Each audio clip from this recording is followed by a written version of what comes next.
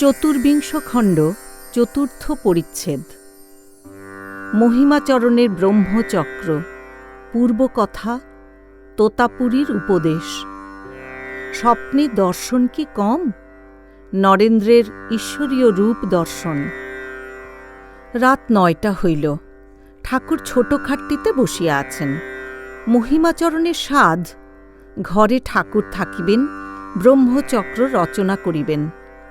তিনি রাখাল, মাস্টার, কিশোরী ও আর 2-1টি ভক্তকে লইয়া মেজেতে চক্র করিলেন।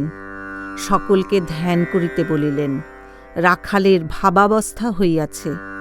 ঠাকুর নামিয়া আসিয়া তাহার বুকে হাত দিয়া মার নাম করিতে লাগিলেন। রাখালের ভাব সম্বরণ হইল। রাত 1টা হইবে।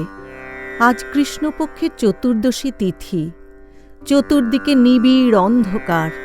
2-1টি ভক্ত গঙ্গার পোস্তার উপর একাকী বেড়াইতেছেন। ঠাকুর শ্রীরামকৃষ্ণ একবার উঠিয়াছেন। তিনিও বাহিরে আসিলেন ও ভক্তদের বলিতেছেন, ন্যাংটা বলতো, এই সময়ে এই গভীর রাত্রে অনাহত শব্দ শোনা যায়। শেষ রাত্রে মহিমাচরণ ও মাস্টার ঠাকুরের ঘরেই মেজেতে শুইয়া আছেন। রাখালও ক্যাম্প খাটে শুইয়াছেন। ঠাকুর 5 বছরের ছেলের ন্যায় দিগম্বর হইয়া মাঝে মাঝে ঘরের মধ্যে পাদচারণ করিতেছেন। প্রত্যুষ হইল। ঠাকুর মার নাম করিতেছেন। পশ্চিমের বারান্দায় গিয়া গঙ্গা দর্শন করিলেন। ঘরের মধ্যস্থিত দেবদেবীর যত পট ছিল কাছে গিয়া নমস্কার করিলেন। ভক্তেরা শয্যা হইতে উঠিয়া প্রণামাদি করিয়া প্রাতকৃত্য করিতে গেলেন। ঠাকুর পঞ্চবটীতে একটি ভক্ত সঙ্গে কথা কহিতেছেন। তিনি স্বপ্নে চৈতন্যদেবকে দর্শন করিয়াছিলেন।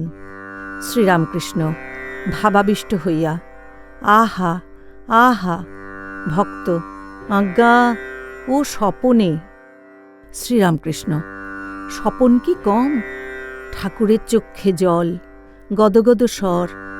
একজন ভক্তের জাগরণ অবস্থায় দর্শন কথা শুনিয়া বলিতেছেন, তা আশ্চর্য কি, আজকাল নরেন্দ্রও ঈশ্বরীয় রূপ দেখে।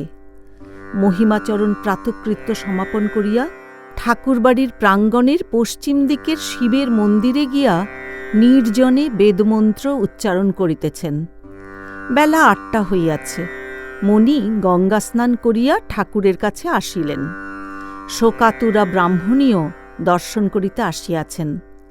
শ্রীরামকৃষ্ণ ব্রাহ্মণীর প্রতি, একে কিছু প্রসাদ খেতে দাও তো গা, লুচি টুচি তাকের উপর আছে।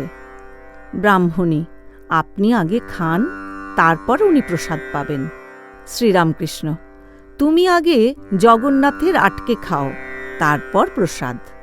প্রসাদ পাইয়া মণি শিবমন্দিরে শিব দর্শন করিয়া ঠাকুরের কাছে আবার আসিলেন ও প্রণাম করিয়া বিদায় গ্রহণ করিতেছেন।